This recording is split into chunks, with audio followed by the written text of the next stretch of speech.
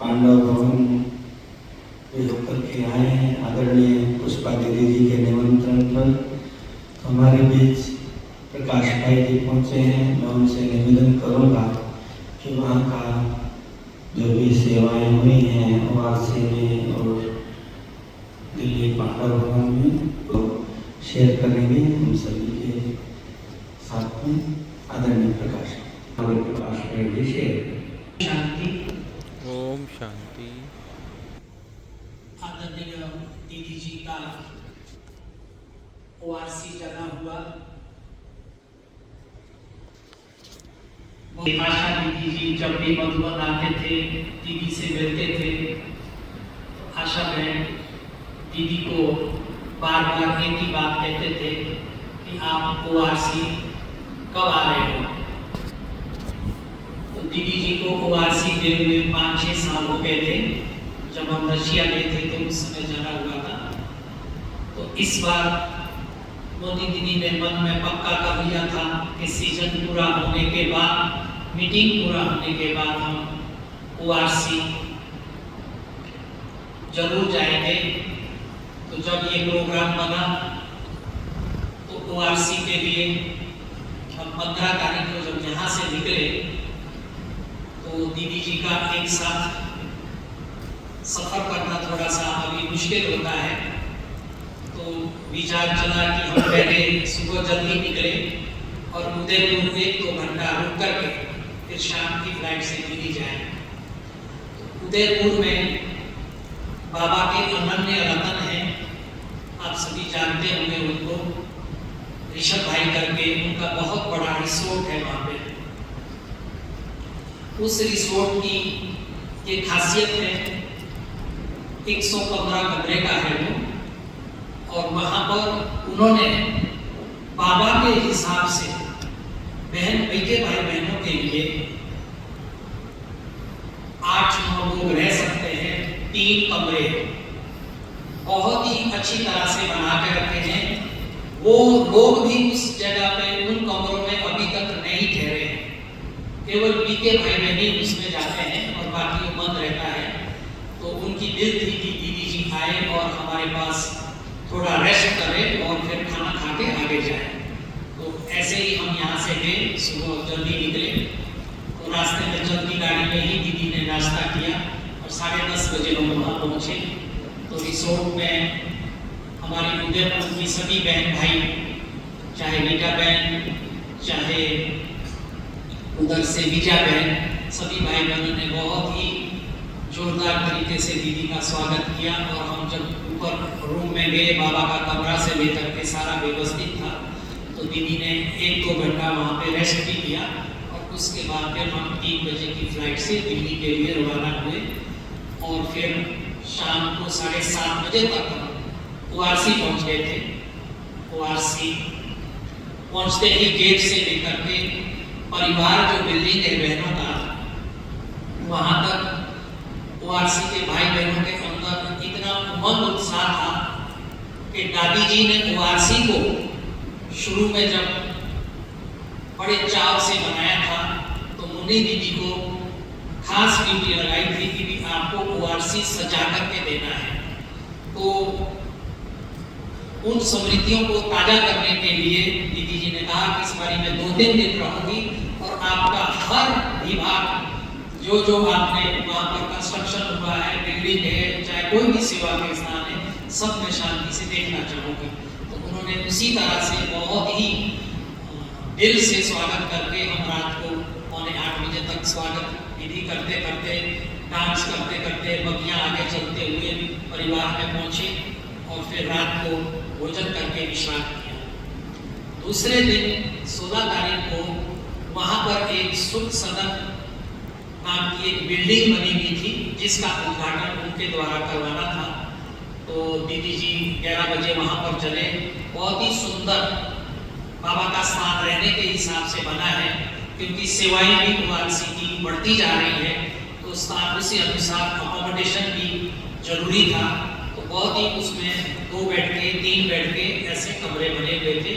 तो वो करके फिर वहीं पे बगीचे के अंदर ही मैंने कैंडल लाइटिंग की कटिंग रखी हुई थी, तो वहाँ पर उस दिन एक भाई का भी जन्मदिन था, वो भी मनाया। फिर उसके बाद लगते ही बाजू में बिल्डिंग थी, तो जहाँ पर कोविड के दौरान ORC वालों ने एक हॉस्पिटल के हिसाब से एक भाग अकोमोडेशन का खत्म करके बनाया था, लेकिन समय की आवश्यकताओं को देखते हुए उन्होंने फिर हॉस्पिटल को अलग से ही एक स्थान ग्राउंड और फर्स्ट फ्लोर में हर फैसिलिटी है उसमें।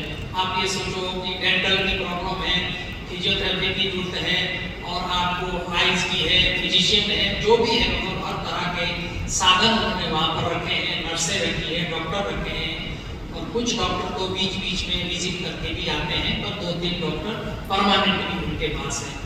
तो वो हॉस्पिटल का दीदी जी ने विजिट किया। विजिट करने के बाद फिर बाजू में शुरू में रिसेप्शन की बिल्डिंग बनी थी, उसमें भी रहने की फैसिलिटी है, तो वो वहाँ जा करके उसका भी भ्रमण करके फिर 1 बज गया था। फिर वापस परिवार में आए, दीदी जी परिवार में ही रुके थे। दिन का लंच करने के बाद, रेस्ट करने के बाद शाम को फिर ORC के जितने भी भाई बहनें समर्पित थे उनके साथ दीदी जी ने रूरवान किया, और उन्होंने दीदी जी को बहलाया भी वहाँ पर। ऐसे करते करते फिर रेस्ट किया, और फिर नेक्स्ट डे फिर उन्होंने सारे जितने भी डिपार्टमेंट्स हैं, सभी डिपार्टमेंट का भ्रमण रखा हुआ था। तो वहाँ की विशेषता हमने ये देखी कि दीदी जी जिस भी डिपार्टमेंट में जाए वहाँ कोई ना कोई मशीन रखी हुई है कि आप इसका उद्घाटन करो। तो मैंने हंसी में बोला कि ये मशीन तो 1 साल पुरानी है, आप पहले भी कर चुके होंगे इसका उद्घाटन, आप दीदी से क्यों करवा रहे हैं? बोला नहीं, अभी किसी ने नहीं किया, दीदी जी इसमें स्पीकर लगाए। और सभी भाई बहनों की इतनी दिल से भावना थी कि, और सब भाई बहनें इतने खुश थे कि दीदी स्वयं चक्कर लगा रही है। मधुबन में तो हर डिपार्टमेंट में कहते हैं आप चक्कर लगाते हैं, आज ORC में आप दादी बन करके हमारे सामने आए हैं, और ऐसा हमने वासना लगती है आपसे। दीदी ने ऐसा कोई भी डिपार्टमेंट नहीं छोड़ा जहां पर चक्कर नहीं लगाया हो, सभी भाई बहनों की दिल की आश पूरी की। उसके बाद फिर शाम के समय फिर वापस टीचर बहनों से मिलना था, तो ORC कनेक्शन की जितनी भी टीचर, अभी देखो सेवा ORC से हो रही है, तो सेवा 50 से ज्यादा सेवा केंद्र ORC के कनेक्शन से खुल चुके हैं। तो ORC के कनेक्शन की जितनी भी बहनें थी वो दीदी जी के पास आए थे। मैंने वहां पर एक विशेषता देखी कि बाबा और दादी के द्वारा दीदी ने जो शब्द उन बहनों के लिए कहे, माना हमने कभी दीदी के मुख से वो शब्द धारणा की क्लास जो टीचरों के लिए होनी चाहिए, पहली बार मैंने वहां पर सुना कि बाबा ने दीदी को मुख से टीचर बहनों के लिए धारणा की क्लास कराई। तो बहनों को भी बहुत अच्छा लगा, और हमें भी सुन करके अच्छा लगा कि बाबा कैसे आत्माओं के द्वारा जो शिक्षा सावधानी देनी होती है, और शिक्षा के लिए कुछ ना कुछ इशारा देना होता है, तो जैसे ऐसे लग रहा था कि जैसे बाबा और दादी दीदी के द्वारा ये उनको कहला रहे हैं। तो ऐसे करते हुए फिर हम वहां पर बाबा का कमरा था, पिरामिड बना हुआ है। उस पिरामिड की विशेषता आशा जी सुना रहे थे कि बहुत सारे बाहर के लोग वहां पर आते हैं, किसी को स्ट्रेस, किसी को कोई प्रॉब्लम है, तो वहां पर 15-20 मिनट आधा घंटा बैठने से पिरामिड का स्ट्रक्चर इस तरह से बना है, उसको शांति की अनुभूति होती है। तो वहां पर दीदी ने 5 मिनट बाबा के कमरे में 5 मिनट वहां जाकर के योग साधना भी की, और उसके बाद फिर उन्होंने वहां पर एक रिसेप्शन की बिल्डिंग बनाना चाहते हैं, क्योंकि पहले ORC का जो गेट था वो बीच के लोगों के रास्ता था, बीच में दोनों तरफ मकान बन गए, तो वो जगह भी कम हो गई। तो अब उन्होंने उस ORC के एक कोने से बड़ा गेट खोल दिया है। तो गेट शुरू तो कर दिया, लेकिन स्टार्टिंग में रिसेप्शन होना जरूरी है, तो रिसेप्शन की वहां पर आवश्यकता थी। तो भाई इस बार दीदी जो ना वहां पर भूमि पूजन करें। फिर सुबह सुबह का दिन में रखा था उन्होंने, क्योंकि ORC में एक दिन बरसात भी हुई, प्रकृति ने भी दीदी का वहाँ पर स्वागत किया। उसकी वजह से मौसम भी ठंडा हो गया और ऐसे भी वहाँ पर हरियाली बहुत है। और सबसे बड़ी यूनिक चीज है कि 100 के करीब वहाँ पर मोर है और वो मोर जो है ना व्हाइट ड्रेस वाले के पास आते हैं और कलर ड्रेस वाला जो भी जाएगा उससे वो दूर भागेंगे। और किसी के पास भी जाना हो उनको चना या मूंगफली लेके जाओ और उनको अपने हाथ से खिलाने और आते हैं। तो 3 बजे से अमृत वेले उठाने के अलार्म की वहां पर जरूरत नहीं है। पक्षी और मोर जो है ना आपको जगा देंगे, नेचुरल अलार्म है वहां पर। तो वो चारों तरफ से, और वो जाते नहीं है बाहर, उसी कॉम्प्लेक्स में रहते हैं। तो इतना सुंदर वातावरण अमृत वेले से शुरू हो जाता है। तो फिर पिरामिड और बाबा का कमरा के बाद फिर हम लोग भूमि पूजन करवाया और भूमि पूजन के बाद फिर शाम को फिर भाई बहनों ने, वारसी के भाई बहनों ने दीदी जी को बुलाया। नेक्स्ट डे फिर मानेश्वर, आप लोग सभी जानते हैं गुलजार गादी का तपस्वी स्थल रहा है। गोपाल भाई ने वहां पर दादी जी का कमरा और दादी जी के रहने के लिए स्थान बनाया था। आज सचमुच पूरे विश्व के लिए वो स्थान इतना अच्छा बना हुआ है अभी। तो उन्होंने वहां पर म्यूजियम बनाया है और म्यूजियम के साथ साथ एक अखंड योग तपस्या भट्टी के हिसाब से बेसमेंट में नीचे उन्होंने 50 चेयर का एक हॉल बनाया हुआ है और रहने की भी उतनी व्यवस्था है। तो आशा दीदी ने ये कहा कि भी हम यहाँ पर मौन साइलेंस की भट्टियां रखेंगे, वाचा नहीं होगा वहां पे। तो उसके लिए भी वहां पर सुनाया कि भी कैसे गोपाल भाई को प्रेरणा आई।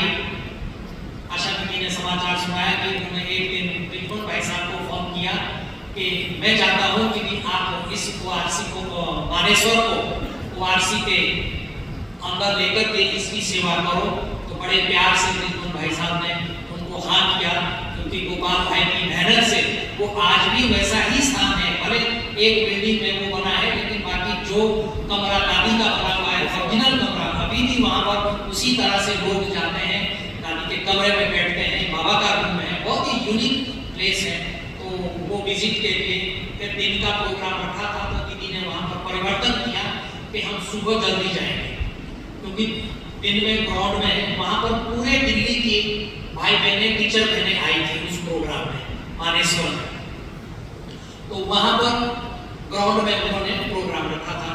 तो हम सुबह निकले और निकल करके वहां पर पहले झंडारोहण हुआ और उसके बाद फिर म्यूजियम का उद्घाटन करके बहुत ही यूनिक इलेक्ट्रॉनिक के हिसाब से दादी गुलजार की हिस्ट्री, उसमें सेवाओं का पूरा चारों तरफ से उन्होंने व्यवस्थित बनाया है। मधुबन से भी गौरव भाई ने और इन्होंने बहुत जो मेहनत की है, मृत्युंजय भाई के पास जो 2 भाई रहते हैं, उन्होंने बहुत अच्छी तरह से भाई बहनों ने मिल करके वहां पर वो इलेक्ट्रॉनिक की सेवा के हिसाब से जो भी दादी ने सेवाएं की है वो सारा देख करके, और वहां पर एक लेजर का 3D शो का भी एक रखा हुआ है।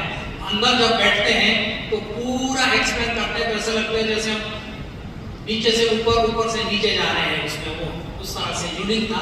तो 10-15 मिनट वहां पर आशा दीदी आए थे, शुक्ला बहन आए थे, मुली दीदी आए थे। तो वो करते हुए फिर हम फंक्शन में आए प्रोग्राम में। तो प्रोग्राम भी उनका 10, 11, 12 बजे तक चला और प्रकृति ने